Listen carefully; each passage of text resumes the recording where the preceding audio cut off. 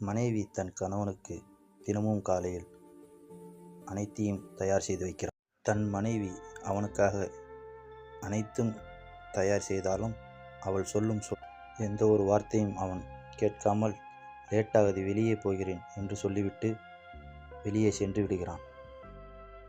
ஒரு நாள் ஒரு சின்ன விஷயத்திற்காக இருவருக்கும் பெரிய வாக்குவாதம் நடந்தது. மனைவியோ அழுதாள். அவனோ கோபத்தில் கதவை அடைத்துவிட்டு சென்று விட்டான். மனைவி தன் கணவனுக்கு தொலைபேசியில் அழைப்பு கொடுத்தாள். அவள் அழைப்பை ஏற்க மறுத்த அவனுடைய ஈகோ அதிகமாக இவளுக்கு நல்ல ஒரு பாடத்தை கற்றுக் கொடுக்க வேண்டும் என்று இவன் நினைத்து கொண்டே சென்றான். ஆனால் அவள் செய்த அந்த கால்தான் அவனுடைய வாழ்க்கையை மாற்றப் போய் என்று அப்போது அவனுக்கு அது சரியாக தெரியவில்லை. இரவு வீட்டிற்கு திரும்பி வந்து பார்த்தபோது வீடு அமைதியாகவும் வெளிச்சம் இல்லாமல் இருட்டாகவும் இருந்தது. தன் மனைவியை எங்கே என்று அழைத்தான். எந்த ஒரு பதிலும் அவனுக்கு கேட்கவில்லை.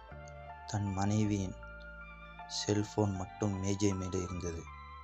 அதில் ஒரு வாய்ஸ் நோட்டும் அவள் பதிவு செய்து வைத்திருந்தாள்.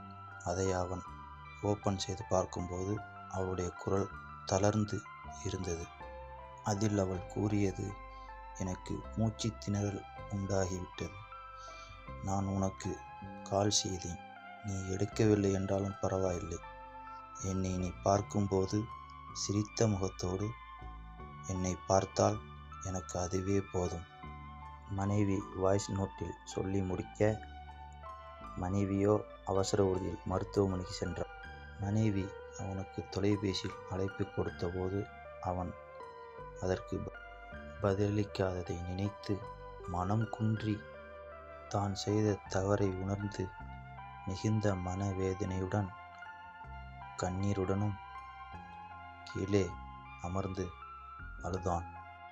மறுநாள் காலை கதவை தட்டும் சத்தம் கேட்டது வெளியில்.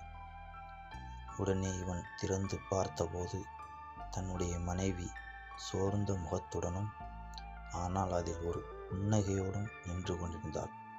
அப்போது தன் கணவனிடம் அவள் சொன்ன விஷயம், யார் உன்னை தொலைபேசியில் அழைத்தாலும் அவர்களுக்கு தயவு செய்து பதில் கொடு.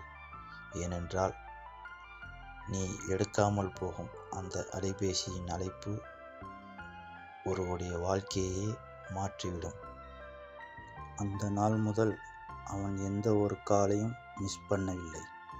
ஏனெனில் அவள்தான் அவனோட ரிங்டோனும் ரீசனுமாய் ஆனாள். கணவனும் மனைவியும் நல்ல புரிதலோடு வாழ்ந்தால் சந்தோஷம் என்றும் நம் கையில். அன்புடன் நான்.